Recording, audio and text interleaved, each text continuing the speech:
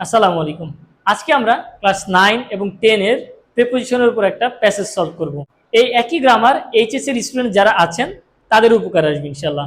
আমরা জানি প্রিপোজিশন সাধারণত অ্যাপ্রোপ্রিয়েট বেশি হয়, তবে অ্যাপ্রোপ্রিয়েট প্রিপোজিশন ছাড়াও সিম্পল প্রিপোজিশনের ব্যবহারও অনেক দেখা যায়, যেগুলো আমরা মিনিং অনুযায়ী ব্যবহার করতে পারবো।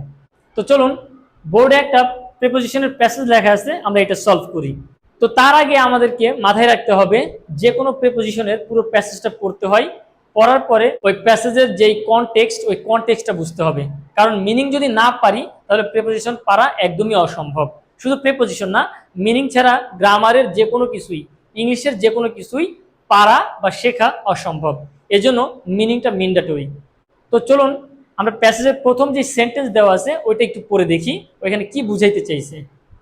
এখানে লেখা আছে, it is known dash all that one day everyone will pass away dash this আর্থ। এখানে খেয়াল করুন, ড্যাশের আগে কি দেওয়া ছিল? নোন দেওয়া ছিল। আমরা জানি নোর পরে কি প্রিপোজিশন বসে? আমরা সাধারণত জানি নোর পরে টু প্রিপোজিশনটা বসে। তবে হ্যাঁ, নোর পরে শুধুমাত্র টুই বসে না, নোয়ের পরে আরো দুইটা প্রিপোজিশন বসতে পারে। সেগুলো কি কি?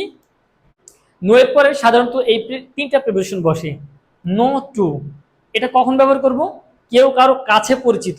সাপোজ আমি আপনার কাছে পরিচিত, সেই ক্ষেত্রে আমি ইউজ করব I am known to you. অর্থাৎ কেউ কারো কাছে পরিচিত, এইটা বোঝানোর ক্ষেত্রে আমরা নো এর পরে টু ব্যবহার করব। এরপরে খেয়াল করুন, নো এর পরে বায়ও বসতে পারে। নোন বাই এটা কখন ব্যবহার করব?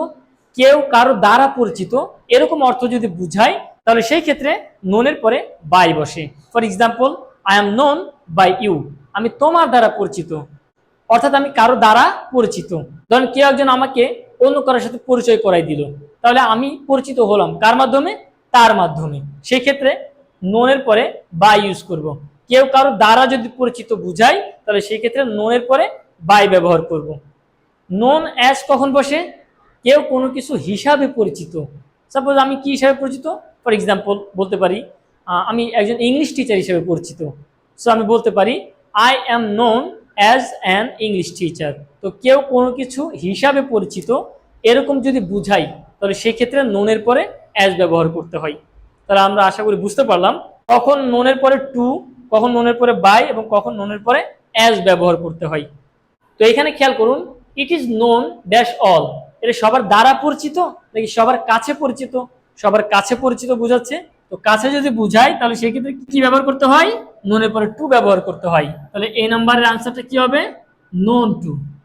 It is known to all, এটা সবার কাছেই জানা আছে। কি জানা আছে? দ্যাট, যে, ওয়ান ডে, একদিন, এভরিওয়ান উইল পাস অ্যাওয়ে, প্রত্যেকেই চলে যাবে, ড্যাশ দিস আর্থ, এই পৃথিবী থেকে। থেকের মিনিং আসতেছে বাংলাতে, বাংলা যদি থেকে আসে, ইংলিশে আমরা কি ব্যবহার করি? ফ্রম ব্যবহার করি। সো বি নাম্বার আমরা বলতে পারি কি? ফ্রম।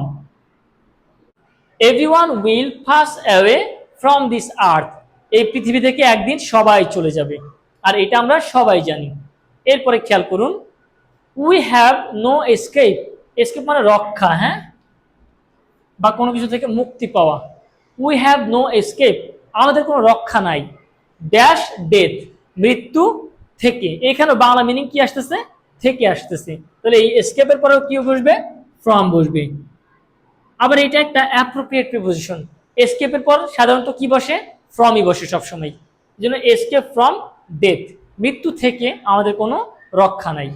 এরপরে খেয়াল করুন, ডেথ ইজ কমন, মৃত্যু একটা স্বাভাবিক বিষয়, ড্যাশ অল, সবার কাছে।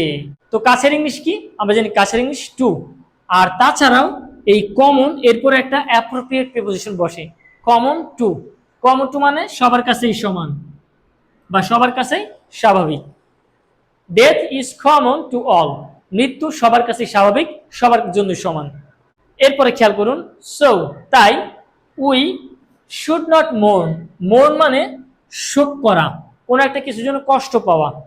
সো উই শুড নট মোর্ন, তাই আমাদের কষ্ট পাওয়া উচিত না। কেন? ড্যাশ দ্য ডেড, মৃত্যুর জন্য। জন্য মিনিং আসতেছে, বাংলা যদি জন্য আসে ইংলিশে কি ব্যবহার করি আমরা? ফর ব্যবহার করি। সো বলতে পারি মোর্ন ফর। আবার মোর্নের পরে এমনিতেও ফর বসে, অ্যাপ্রোপ্রিয়েট প্রিপোজিশন। মোর্ন ফর মানে কোনো কিছুর জন্য শোক করা, কষ্ট পাওয়া। তাহলে আমরা যে প্রিপোজিশনগুলো শিখলাম সেগুলো চলুন আরেকবার সামারাইজ করি। প্রথমটা কি ছিল? নোন। নোনের পরে কি বসে? Known to, known by, known as.